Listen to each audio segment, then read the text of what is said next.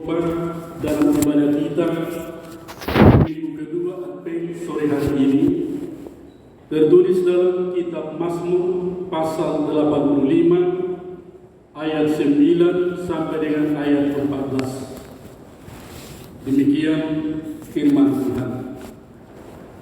Aku mau mendengar apa yang hendak difirmankan Allah Tuhan. Bukankah Ia hendak berbicara tentang damai kepada umatnya dan kepada orang-orang yang dikasihinya, supaya jangan mereka kembali kepada kebodohan? Sesungguhnya keselamatan daripadanya dekat pada orang-orang yang takut akan Dia, sehingga kemuliaan diam di negeri kita. Kasih dan kesetiaan akan bertemu, keadilan dan damai sejahtera akan bercium-ciuman. Kesetiaan akan tumbuh dari bumi, dan keadilan akan menjenguk dari langit. Bahkan Tuhan akan memberikan kebaikan, dan negeri kita akan memberi hasilnya. Keadilan akan berjalan di hadapannya, dan akan membuat jejak kakinya menjadi jalan. Demikian pembacaan firman Tuhan. Saudara-saudara yang kekasih, di dalam nama Tuhan kita Yesus Kristus, minggu ini kita semua masuki minggu Advent yang kedua, yang disimbolkan dengan dua lilin yang menyala di altar ini. Sekaligus juga untuk mengingatkan kita sebagai orang-orang percaya kepada Tuhan Yesus Kristus, bahwa sesungguhnya Dia akan datang untuk yang kedua kali, sebagaimana Dia berjanji ketika Dia sudah naik ke surga setelah Dia dibangkitkan dari antara orang mati. Tinggal persoalan bagi kita sekarang, apakah memang ketika kita sudah memasuki minggu-minggu Advent, terutama pada minggu Advent pertama dan minggu Advent kedua ini, adakah sesuatu yang dapat kita rasakan dalam kehidupan kita sebagai pribadi, juga sebagai komunitas orang percaya Gereja HKBP Taman Mini, dalam rangka menyongsong kedatangan Tuhan Yesus Kristus yang kedua kali? Sekaligus kita juga menyambut sukacita dalam memperingati hari kelahiran Tuhan Yesus Kristus di hari Natal nanti. Saudara, ini penting untuk kita renungkan bersama, supaya ketika firman itu sudah nyata dan sudah terjadi dalam kehidupan kita manusia, kita tidak akan merasakan apa-apa dalam hidup ini. Sama seperti ketika kehidupan kita berjalan dengan baik dan normal, kelihatannya semuanya akan aman, lancar, dan tentram. Namun ketika keadaan kehidupan kita berubah dari kehidupan yang baik menjadi kehidupan yang terpuruk, adakah kita juga merasakan satu perubahan dalam situasi kehidupan yang terjadi, sehingga kita membutuhkan satu kekuatan pertolongan dalam memulihkan kehidupan kita kembali kepada kehidupan sedia kala. Saudara-saudara kekasih dalam nama Tuhan kita Yesus Kristus, seperti itulah yang dapat digambarkan melalui firman Tuhan yang menyapa kita di saat kita beribadah sore hari ini di minggu Advent yang kedua. Yang walaupun sebenarnya ini kembali mengingatkan kita akan perjalanan umat Tuhan, bangsa Israel, yang seringkali mereka tidak setia kepada Tuhan. Ketika hidup mereka berjalan dengan baik, seringkali mereka melupakan Tuhan. Bahkan tidak hanya melupakan, bahkan mau mencampur adukkan agama lain dalam kehidupan mereka sebagai orang yang sudah diangkat, dipilih oleh Tuhan menjadi umat yang kudus. Terkadang mereka tidak mampu menjaga memelihara hidup kudus yang sudah dianugerahkan Allah dalam kehidupan umat Israel. Makanya seringkali mereka bersungut-sungut, berbuat dosa, sehingga hidup mereka terpuruk. Mereka menderita, mereka susah, mereka miskin. Dalam situasi seperti itulah seringkali mereka kembali mengingat akan Tuhan yang adalah Tuhan yang panjang sabar, yang penuh kasih dan setia dalam perjanjian. Melalui khotbah ini juga memang ketika hidup mereka terpuruk, saudara-saudara, mereka datang memohon kepada Tuhan. Mereka berdoa kepada Tuhan, mohon ampun supaya dosanya diampuni, hidup mereka dipulihkan, dan Tuhan menganugerahkan rohnya supaya mereka hidup kembali di dalam kesetiaan dan di dalam ketaatan kepada Tuhan. Dan memang ini adalah satu langkah yang secara positif akan kita lihat juga ketika umat itu datang memohon kepada Tuhan. Sesungguhnya bagaimana Tuhan menjawab setiap doa penyesalan, doa permohonan atas kesalahan, dan pengampunan atas segala kekeliruan. Saudara, tema khotbah kita menyampaikan kepada kita keselamatan dari Tuhan sudah dekat. Itu yang tertulis dalam Mazmur 85 ayat yang ke-10 tadi, bagian daripada khotbah ini. Artinya apa, saudara? Memang setiap orang yang datang kepada Tuhan di dalam penuh kesadaran atas segala pelanggaran, atas segala ketidaksetiaan, artinya ada satu roh, ada satu kekuatan yang membawa mereka kembali ingin hidup baru, ingin setia kepada Tuhan. Maka disitulah Tuhan itu tertuju, mata Tuhan itu terarah kepada mereka, dan disitulah Tuhan berikan satu jawaban atas setiap doa-doa yang mereka mohonkan kepada Tuhan. Maka Tuhan menjawab mereka, keselamatan yang daripada Tuhan sesungguhnya sudah dekat. Itu artinya apa, saudara-saudara? Artinya keselamatan yang daripada Tuhan itu sedang di dalam perjalanan menuju satu tujuan yang tadi, umat Tuhan yang sudah memohon di dalam doa, umat Tuhan yang sudah sadar akan pelanggarannya, umat Tuhan yang sudah tidak setia kepada Tuhan, tetapi Tuhan mau memulihkan hidup mereka. Yang pasti adalah satu jaminan yang diberikan Tuhan kepada mereka adalah janji Tuhan itu adalah kekal untuk selama-lamanya. Tetapi bukan berarti kalau Tuhan berjanji kekal untuk selama-lamanya, maka umat Tuhan, maka kita orang-orang percaya maunya hidup seenaknya. Dengan satu tadi janji, Tuhan itu panjang sabar. Tuhan itu adalah Tuhan yang mau memaafkan kita.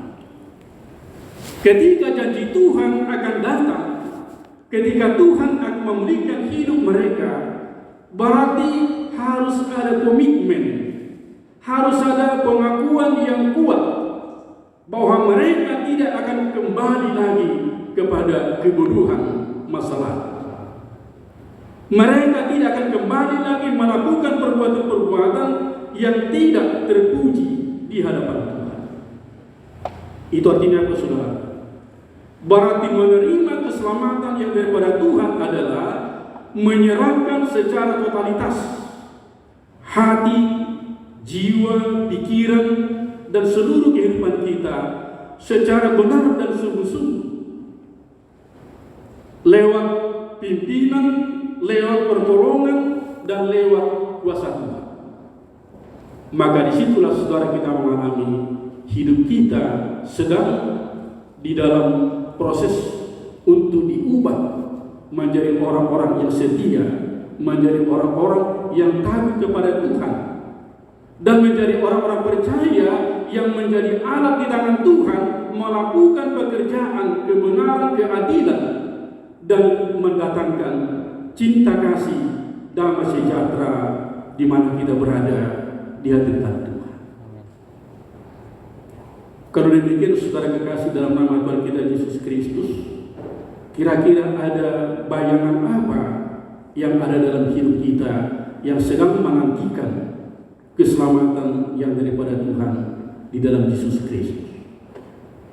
Adalah suatu kehidupan yang penuh dengan kebahagiaan, adalah satu kehidupan yang penuh dengan sukacita, karena seluruh hidup kita ini akan dituntun dan dipimpin oleh Tuhan ke arah, ke jalan yang benar.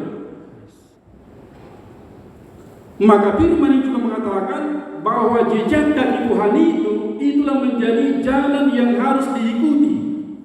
Itulah menjadi jalan yang harus dijalani oleh setiap orang percaya kepada Tuhan.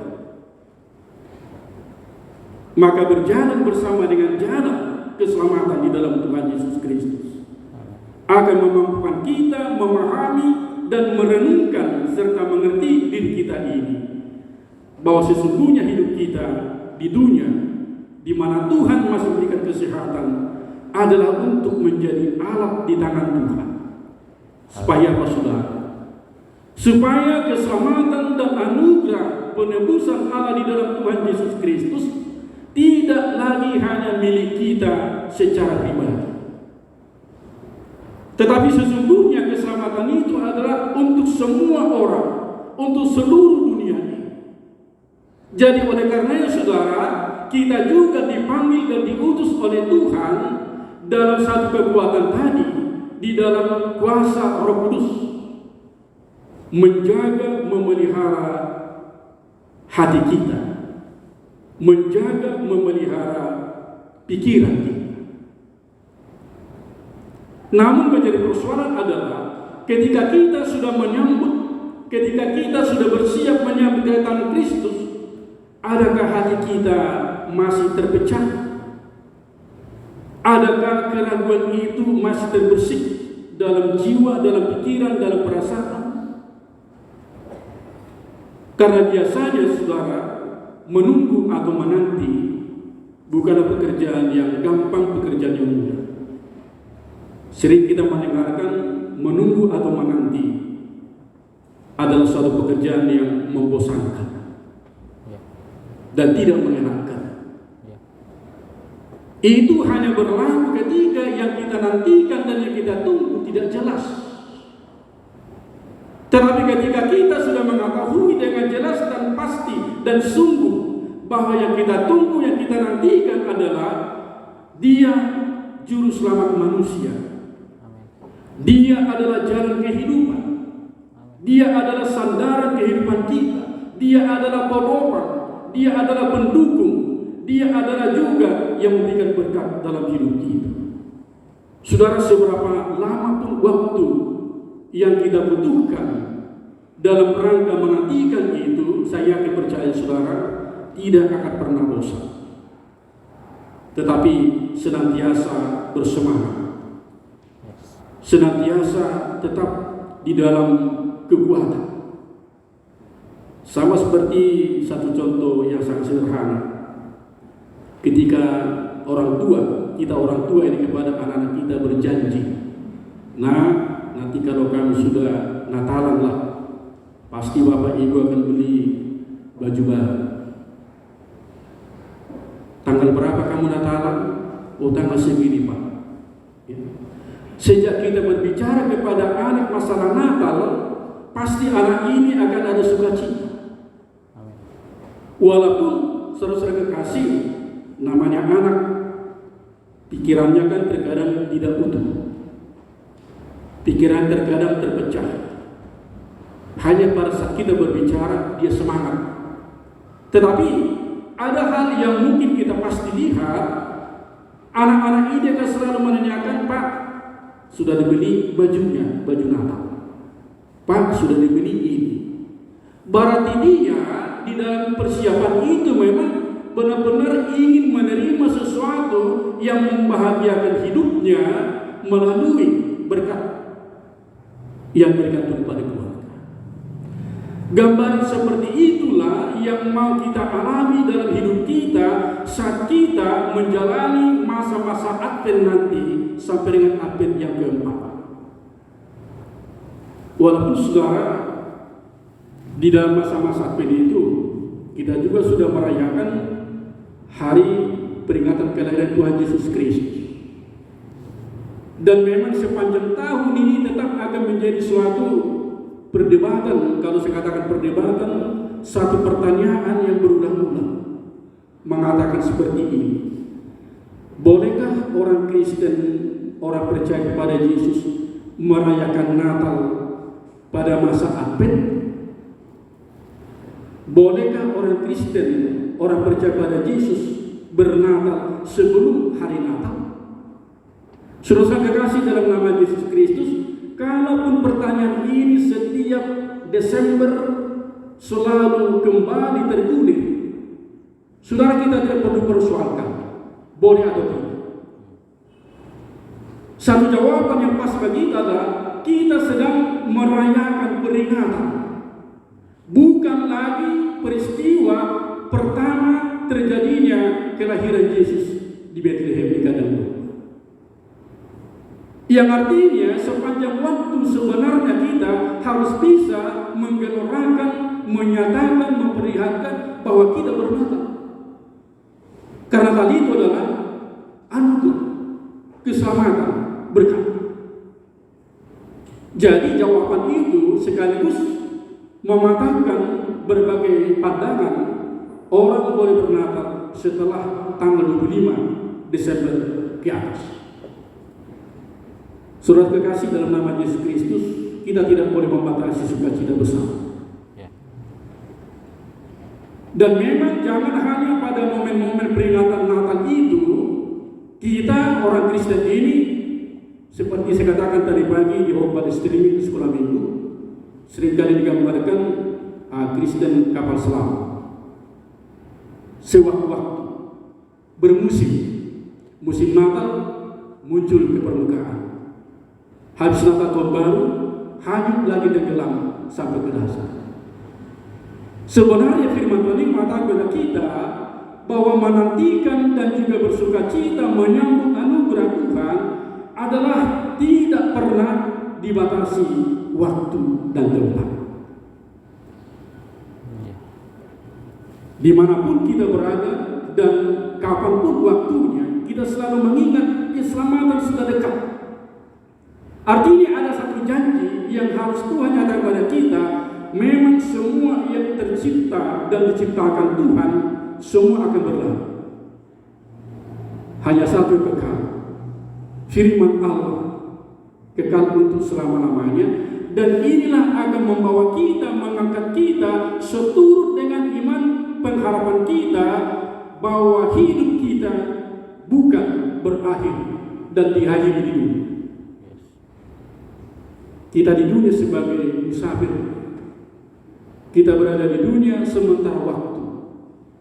Tapi walaupun dalam pembatasan sementara waktu, bukan kita hanya berdiam berpangku tangan, tapi melakukan tugas panggilan kita, tugas iman kita, menyatakan bahwa anugerah Tuhan sudah kita rasakan, sehingga itu juga harus dirasakan dan dimiliki oleh orang lain. Yang kedua yang mau kita renungkan dari firman ini adalah bahwa orang lain harus merasakan dan melihat bahwa ada sesuatu yang sangat mendasar dalam kehidupan orang percaya kepada Tuhan Yesus Kristus. Artinya, damai sejahtera itu harus mengalir kepada orang lain. Bagaimana caranya kita bisa mengalirkan damai sejahtera? Artinya kita harus bersaksi. Bersaksi bukan harus membawa Alkitab, Bersaksi bukan hanya harus melalui khotbah, tetapi bersaksi adalah bertutur kata dengan benar dan baik. Amin. Membangun dan membuka keran persahabatan, sehingga kehadiran gereja dan orang percaya akan membuat dan membuka, memutarbalikkan kondisi keadaan di tengah-tengah dunia ini. Itu yang menjadi tugas kita sekarang ini. Bagaimana saya bersaksi, bagaimana sudah bersaksi di tengah-tengah segala kondisi yang sangat sulit pun. Kita tidak tahu saudara sampai kapan pandemi ini akan berakhir. Sementara di sisi lain kita selamat dengar, setiap hari pasti ada peningkatan klaster-klaster baru. Maka seiring dengan itu juga pemerintah dan juga gereja mengingatkan kita harus selalu turut kepada ketentuan di dalam masa-masa COVID ini. 3M. Menggunakan masker, mencuci tangan, menjaga jarak. Bukan dalam bahasa Batak 3M, ya. Marhusi, marhata sinama, doh. Harus ada dulu ini. Doge, tudugi bala-bala musim, mangan, minum, mudum. Bukan itu. Mari kita lihat Bapak sekalian, saudara kekasih dalam nama Tuhan Yesus Kristus. Yes. Orang yang taat dan setia kepada hukum Tuhan. Dikatakan dalam khotbah ini, maka Tuhan akan datang melawan kehidupan mereka. Jadi kesetiaan kita jangan sampai pernah tergantikan, tertukarkan oleh ilah, oleh Allah lain. Karena juga mungkin saudara yang kekasih kita terkagum juga hari ini salah seorang yang kita banggakan di negeri ini ternyata sekarang dalam proses. Padahal ketika diputar kembali komitmen beliau sekitar dilantik menjadi menteri 2011, saya akan mengatasi ketika ada yang namanya korupsi. Saya akan selalu happy, akan menjaga dan lain sebagainya. Ternyata saudara kekasih, hidup kita ini tidak hanya di dalam kata-kata, tetapi hidup kita adalah kelihatan dalam perbuatan kita, dalam kehidupan yang nyata. Sekarang anugerah Tuhan sudah nyata dalam Yesus Kristus.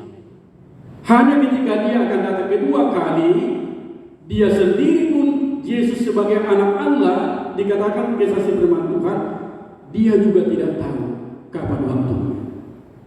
Hanya dia mengatakan berjaga-jaga, setialah, waspadalah, sebab waktunya akan datang. Penggambarannya apakah kedatangannya seperti pencuri di waktu malam. Mungkin saudara kekasih, penulisan kitab ini kan sudah zaman 2000 tahun yang lalu lebih ini. Kalau mungkin dulu pencuri itu kan datangnya hanya malam.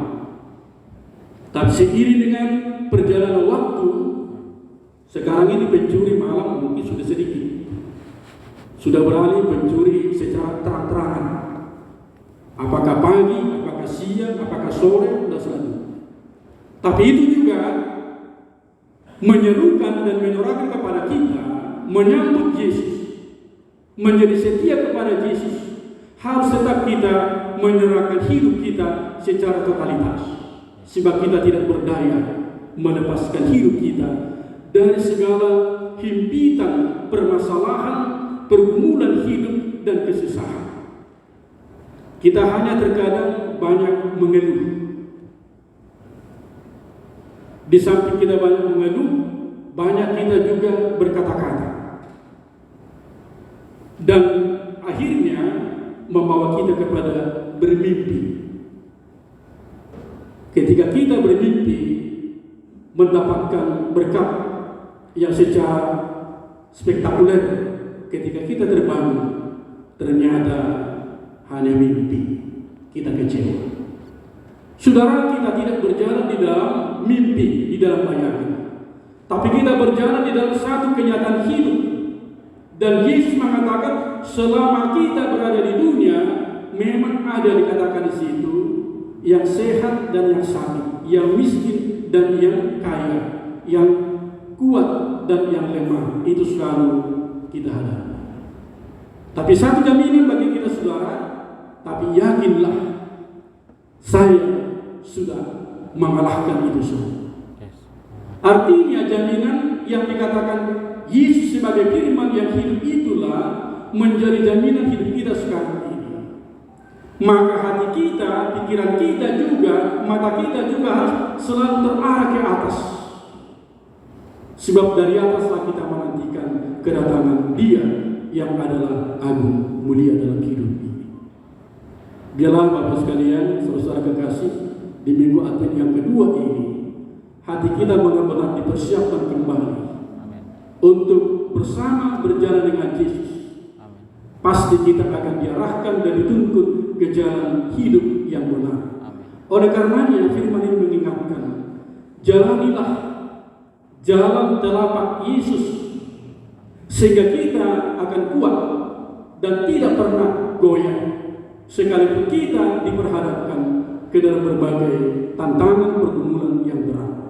Tetapi jejak kaki Tuhan yang menjadi jaminan bagi hidup kita akan membawa kita lepas dan sanggup menjalani hidup ini, karena kita melihat visi misi kita ke depan adalah hanya satu: percaya kepada Dia yang adalah firman yang sudah menjadi daging di dalam Tuhan Yesus Kristus, Tuhan kita yang kita imani, yang kita agungkan, yang kita puji, dan kita jadikan sandaran kehidupan kita.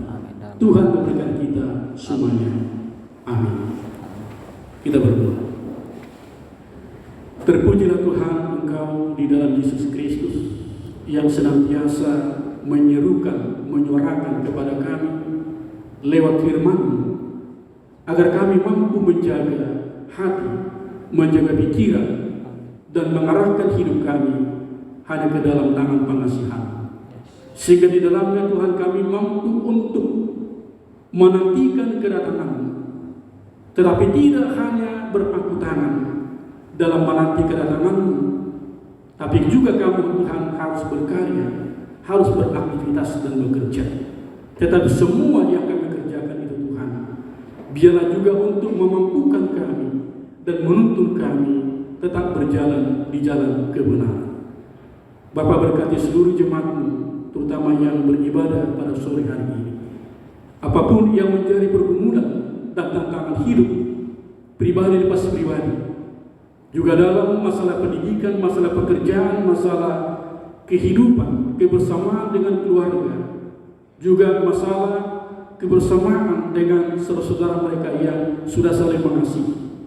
Ketika Tuhan berbicara, ikut aku, tekun di dalam doa, dan setia bersama dengan firman Tuhan, maka itu akan menjamin dan memberikan sukacita besar bagi kami. Biarlah Tuhan firman-Mu Engkau meteraikan dalam hidup kami. Berkati gereja-Mu HKBP Taman Mini dalam rangka melakukan pelayanan di masa-masa pandemi ini, agar seluruh program di tahun 2020 yang sebentar lagi Tuhan kami tinggalkan dapat kami lakukan menjadi kemuliaan bagi Tuhan, berkat sukacita bagi jemaat. Ajar kami Tuhan seluruh jemaat juga untuk boleh bersatu padu, menyatukan hati pikiran kami dalam rangka untuk memprogram pelayanan di tahun 2021, agar semuanya Tuhan melalui ketiga dewan, juga dari seluruh WEK, boleh Tuhan berikan satu hal yang mungkin sangat tepat ketika dalam masa pandemi ini. Berkati Tuhan seluruh pekerjaan, seluruh perjalanan hidup kami. Berkati seluruh warta jemaat yang sudah kami dengar tadi, anak-anak-Mu Tuhan yang akan berencana untuk membentuk hidup baru dalam keluarga, kiranya Tuhan berkati dan berikan kepada mereka. Juga yang dalam sakit, Engkau Tuhan sembuhkan mereka, kuatkan iman percaya mereka bahwa Tuhan berkuasa, sanggup untuk memberikan yang terbaik dalam kehidupan mereka. Cukupkan kehidupan rumah tangga, dan jagai juga anak-anak kami, anak-anak kecil sekolah minggu, remaja, dan juga muda-mudi dalam pergaulan hidup mereka di masa-masa pandemi ini. Kami juga berdoa kepada-Mu untuk pemerintah bangsa negara kami. Kiranya Tuhan Engkau memberikan hikmat kepada pemerintah kami, roh takut kepada mereka Tuhan, agar semuanya mereka merasakan bahwa tanggung jawab untuk membangun bangsa negara ini harus bersama, bersatu padu dengan seluruh unsur yang ada di dalamnya. Jauhkan pikiran-pikiran yang mencari keuntungan, yang mencari lebih daripada apa yang sudah diberikan oleh pemerintah kami. Berikan kedamaian, ketertiban, keamanan di seluruh wilayah NKRI. Jangan ada Tuhan yang terpecah. Jangan ada Tuhan yang meminta mau merdeka, karena kami sudah diikat dalam dasar yang kuat Pancasila, Negara Kesatuan Republik Indonesia. Secara keseluruhan kami juga berdoa untuk rencana gereja HKBP melakukan sinode gudang priorisasi di Sipoholong tanggal 9 sampai dengan 13 Desember ini. Biarlah Tuhan berjalan semuanya melalui panitia sinode gudang, agar siapapun nanti Tuhan yang terpilih menjadi pemimpin gereja kami di masa depan, semuanya mereka diberkati dengan roh Tuhan, roh takut, roh hikmat, roh yang mau menyatukan, dan roh yang mau memajukan pelayanan gereja ini, karena sudah berumur 159 tahun. Bapa dalam surga, kami juga berdoa, saudara-saudara kami, para pejabat yang beragama Kristen, yang sedang bermasalah, Tuhan biarlah Kau campur tangan juga, agar semuanya berjalan seturut dengan perundang-undangan, sehingga Tuhan apapun yang terjadi, mereka juga harus mengikuti, supaya itu juga Tuhan menjadi pembelajaran juga bagi setiap orang untuk mampu menjaga dirinya dalam jabatan, dalam pekerjaan, dalam usaha, tidak hanya di dalam pemerintahan, juga dalam swasta, supaya melalui pekerjaan itu Tuhan kami diberkati, nama Tuhan dimuliakan, dan nama-Mu agung untuk selama-lamanya. Ampuni kami Tuhan atas segala dosa kami, di dalam nama Tuhan Yesus Kristus. Dengarlah dua permohonan kami ini. Amin. Mari kita sambut firman Tuhan dengan menyanyi dan memberikan persembahan.